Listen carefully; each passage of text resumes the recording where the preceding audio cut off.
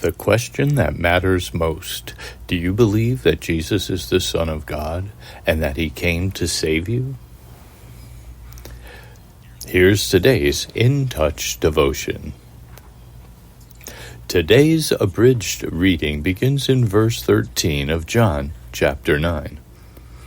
They brought the man who was previously blind to the Pharisees. Now it was a Sabbath on the day that Jesus made the mud and opened his eyes. Then the Pharisees were also asking him again how he received his sight. And he said to them, "He applied mud to my eyes, and I washed, and now I see." Therefore, some of the Pharisees were saying, "This man is not from God, because he does not keep the Sabbath."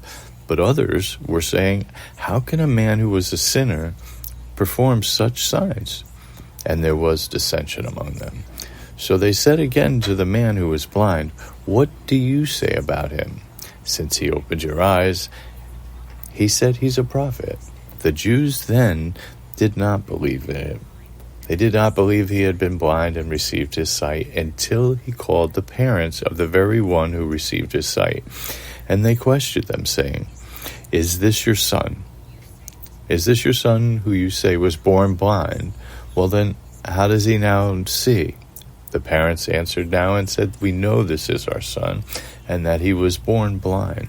But how he now sees, we do not know. Or who opened his eyes, we do not know. Ask him. He's of age, and he will speak for himself." His parents said this because they were actually afraid of the Jews. So for a second time they summoned the man who had been blind and said to him, "Give glory to God. We know that this man is a sinner." He then answered, "Whether he is a sinner, I do not know. One thing I do know, that though I was blind, now I see." So they said to him, "What did he do to you? How did he open your eyes?"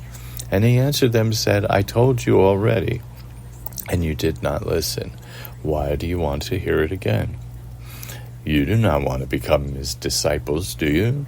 And they spoke abusively after that to him and said, "You are his disciple, but we are disciples of Moses. We know that God has spoken to Moses, but as for this man, we do not know where he is from." The man then answered and said to them, "Well, here's the amazing thing, that you do not know where he is from, and yet he opened my eyes. We know that God does not listen to sinners, but if someone is God-fearing and does his will, he listens to him. Since the beginning of time, it has never been heard that anyone opened the eyes of a person born blind. If this man were not from God, he could do nothing." They answered him, "You were born entirely in sins, and yet you're teaching us?" So they put him out, and Jesus heard that he put them out, and upon finding him, he said, "Do you believe in the Son of Man?" And he answered by saying, "And who is he, sir, that I may believe in him?" Jesus said to him, "You have both seen him, and he is the one who is talking with you." And he said, "I believe, Lord," and he worshipped him. In yesterday's devotion, we discussed the man who was born blind and how he faithfully repeated the story of his healing. Many were amazed, but some likely didn't believe his words, and others were actually hostile towards him. The man was brought before the Pharisees and interrogated twice. He shared how Jesus had healed him with mud applied to his eyes. But then the religious belief asked another question. "What do you say about him?" He responded boldly, "He is a prophet."